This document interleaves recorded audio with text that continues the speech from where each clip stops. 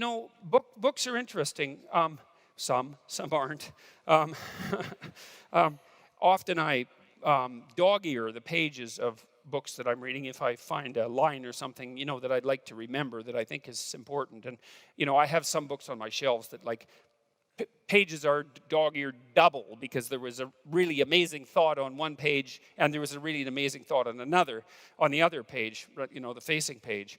And so the whole damn thing is just nothing but dog ears. And then there's other books where there's zero.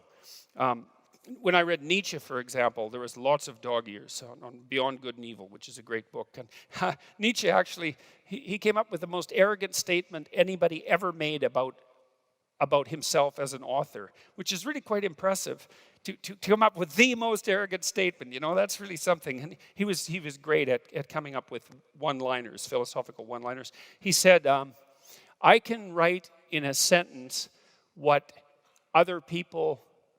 it takes other people a book to write.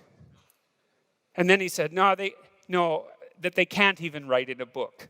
So that's pretty good, eh? It's like arrogant, and then he topped it. It's like, yes, this is a man who could really write. Anyways, the problem with reading a book like that, Beyond Good and Evil, say, is that every damn sentence is a thought, and a deep thought. And so reading Beyond Good and Evil, it's like just constantly being punched.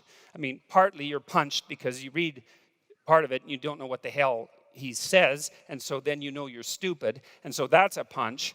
And then now and then you stumble across something you understand, and it's like it's hard on you. He said he philosophized with a hammer, that he was breaking things apart, and there's no doubt about that. So now and then you run across something you understand, and then that breaks you apart because you understand it, and it takes a long time to go through the book because you have to think about it, and God, that's not good, thinking about things.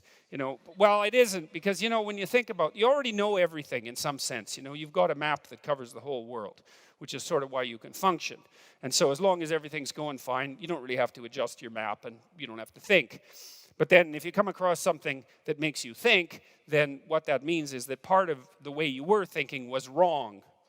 And so when you think something, when you're forced to, then some little part of what you were, your map, the way you represent the world, it has to die because it was wrong. And then it has to be replaced by this new thing. And God only knows how much of what it was that was there has to die. That's part of the magnitude of error problem. And so people don't like to think. And so it's hard to read difficult books like Beyond Good and Evil because you're just forced to think, and it's just exhausting. You wish that he would just go away, which is why they're trying to not teach difficult books in universities anymore, so that people don't have to undergo the difficult process of actually having to think and transform themselves. Anyway.